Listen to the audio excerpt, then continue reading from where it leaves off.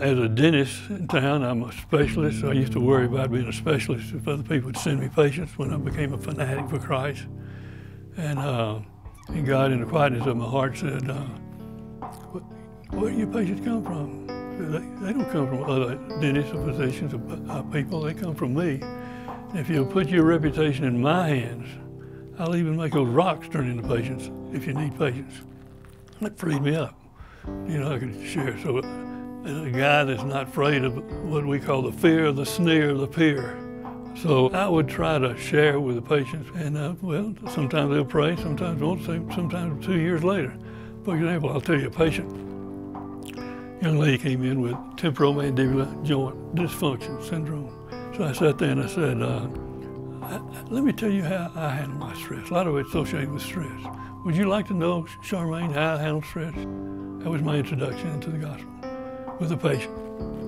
Yeah, I should. I surely would. And I said, okay. And I went over the 4 spiritual laws with her. And she said, thank you very much. And I went home, told her husband, I thought I went to a doctor, but I went to a preacher. And then she threw it in a drawer. And I never heard from her again until 2 years later. She called me up. She said, I got that booklet out, and I told my husband it must be important if that doctor took enough time with me to share this little booklet. She prayed through it and prayed to receive Christ. Her husband did, and all the children.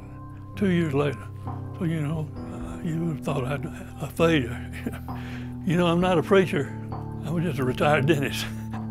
So that little booklet, I don't know how many millions of those have gone, giving up. My son's still giving them out. He took over my practice. We learned how to gossip the gospel where we were. Not just turn the conversation to spiritual things, but the conversation being spiritual things.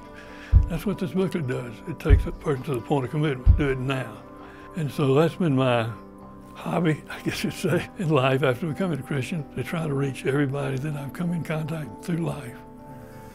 And all my family, I can look in now, and all my family trusted Christ. And so as an 85-year-old man, I've done the best I can to fulfill the Great Commission in the power of the Spirit. And that little booklet has been a real asset to me in life to do that.